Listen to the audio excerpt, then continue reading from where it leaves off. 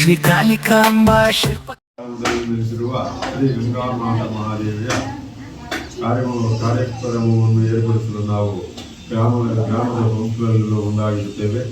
ಅದರ ಮುಖಾಂತರ ಇರುವಾದ ತಾಲೂಕು ಉಪ್ಪುಗುಂಟೆ ಗ್ರಾಮದಲ್ಲಿ ನಂದೀಶ್ವರ ಆಚಾರ್ಯ, ಮಂಜುನಾಥಾಚಾರಿ, ಇಬ್ಬರು ನಂದೀಶ್ವರಾಚಾರಿ, ಮಂಜುನಾಥಾಚಾರಿ, ವಿನಯಾಚಾರಿ ಅವರು ನಮ್ಮ ತಂಡದಿಂದ ನಮ್ಮೂರಿನ ಗಂಗಾಮಾತಾ ದೇವಿಯಾಗಿ ಪರವಾಗಿ ಒಂದು ಕವಚವನ್ನು ಮಾಡಿಸಲು ನಾವು ಕೋರಿದೆವು.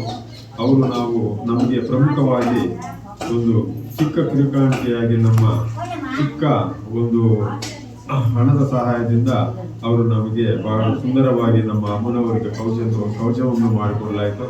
ಅದರಿಂದ ಈ ಏರ್ಪಾಟನ್ನು ನಾವು ಬಹಳ ಸಂತೋಷಕರವಾಗಿ ಮಾಡಿರುತ್ತಾರೆ.